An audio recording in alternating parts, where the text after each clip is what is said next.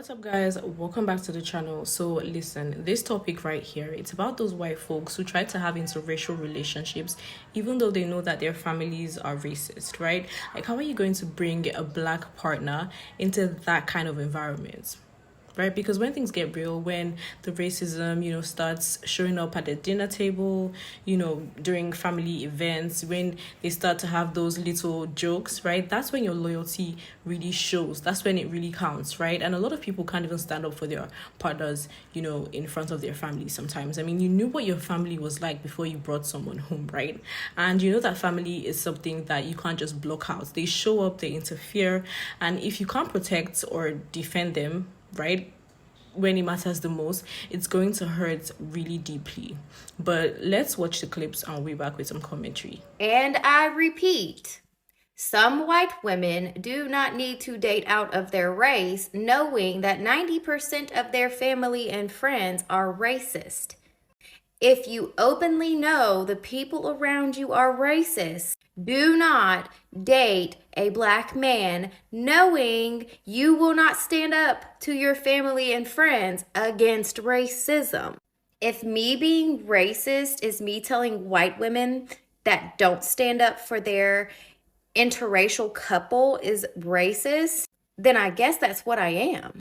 But me, I'm going to speak up and hold white people accountable if there's an ignorant stranger, friend, or family, just like I always have. PSA, do not date outside of your race unless you are ready to combat racism. No shade though, but if you are white and your parents don't like black people, like deep down, it's like they don't. Even if they hid it, even if they were open about it, and like you don't have a problem because you're not racist, because that's just the person you are.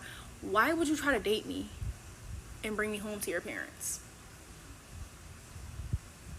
I'd rather you just date me and not bring me home to your parents. You know what I'm saying? I'd rather you just date me in secret. Well, you should never have to hide your love, but maybe cut your fucking parents off. Like, it's not hard. I mean, it is, but when someone's lacking empathy like that, just to hate a whole race and try to teach you to hate a whole race, then you shouldn't want to surround yourself or your kids around them anyways. Once you become married or once you start having kids with somebody, your family is your number one priority. Who the fuck is giving a fuck about what mommy and daddy got to say? Bitch, mommy and daddy, y'all days been up.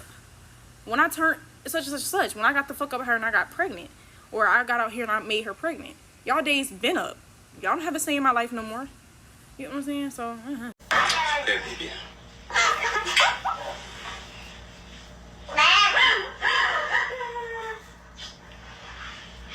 This is why I tell black people, whenever you date outside your race, just be prepared for your significant other family members to be racist. You'll be so surprised about how many people do not like you just because of your skin color. Period. And what's so sad about this is that his significant other is obviously bothered by this because now she has to cut off her family members all because they don't like him because of his skin tone. You know what I'm saying? It's just fucked up all around, and honestly, it's probably messing with her mental health. And like, do you know how brave you have to be to cut off your family and not ever be in no contact with them until they change their ways and behavior? It is hard.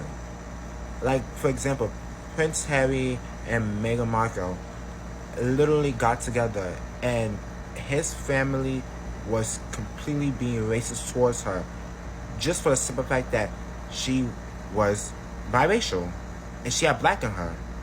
And what's so ironic about these situations is that not only does it hurt the people that are together, but it's also hurting the child that's probably involved in all of this and who's probably biracial. So yeah, just like when it comes to like racist family members or racist family groups, just watch out for them. Because if they are coming around your significant other and you know your significant other is not the skin complexion that they want them to be, they're gonna treat them horribly. I lost my mother in September of last year.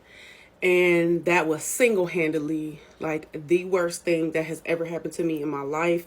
It was so catastrophic. It was devastating. It was all the things horrible.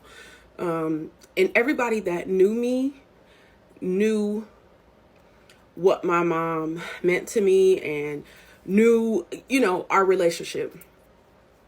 So, I have one sister. My mother has a daughter, my sister Alex, and then my dad has a daughter and 2 sons. So I do have another sister and 2 other brothers. Long story short, my dad has been sick for years, battling all types of things, just he has been sick for a long time. And I've always told people that, I just know that when one of my parents goes, the other one is going to not be far behind. I didn't know which parent was going to go first, but I just always felt it in my soul.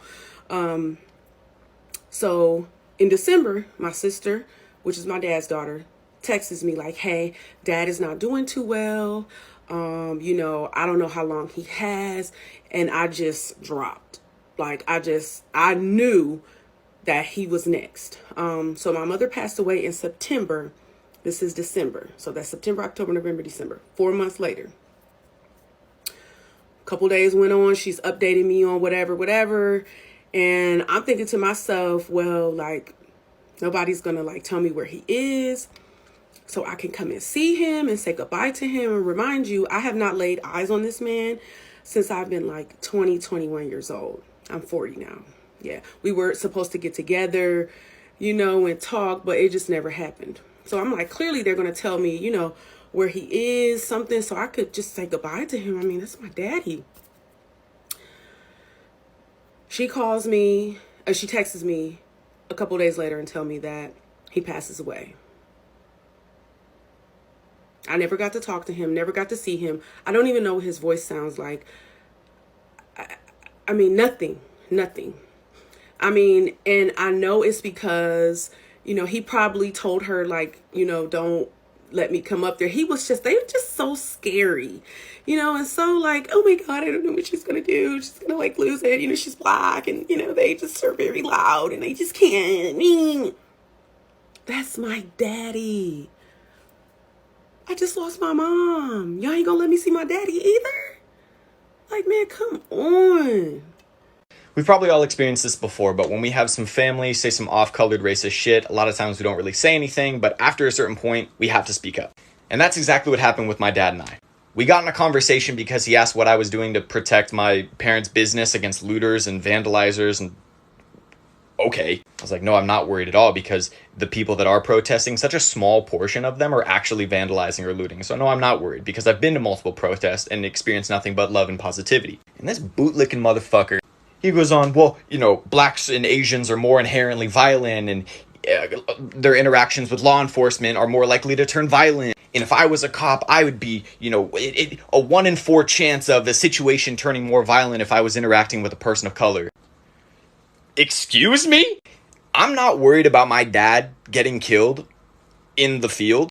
I'm worried that he's going to kill somebody else, and I'm going to be protesting every single day to arrest him. Seems ridiculous to actually have to say aloud, but if you're a white person and you discourage interracial relationships with your children or with other white people, then you're racist. Whether you blame it on cultural differences or not, it doesn't matter, because fundamentally what you're saying is that white people should not be having relationships with non-white people. This is still rooted in a fundamental white supremacist belief that white people should stay separate from non-white people. I genuinely think a lot of white people who discourage their white kids, their white cousins, whoever, from marrying people of color do not actually think they are racist. Whether this is rooted in the Great Replacement theory or not, if you think there is something wrong with marrying or having children with someone outside of the white race, again, that is rooted in white supremacy. I know a lot of white people, especially white women, who have been taught from a young age not to marry outside the race, who have been told, oh, we'll support anybody that you want to date, but in actuality, there's a very specific expectation about what that future husband will look like, which oftentimes is a white man. So if you are someone who is discouraging this because some fundamental belief about there needing to be a separation,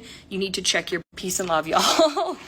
That right there hit deep, because love shouldn't come with racism as a side dish, right? If you say you love somebody, you have to protect them, even from your own people, if you have to. But anyways, credit goes to the original creators of these clips. Drop your thoughts in the comments. Would you ever, date someone with a racist family? Don't forget to like, share, and subscribe for real conversations, for more real conversations like this. And as usual, I'll see you on my next one.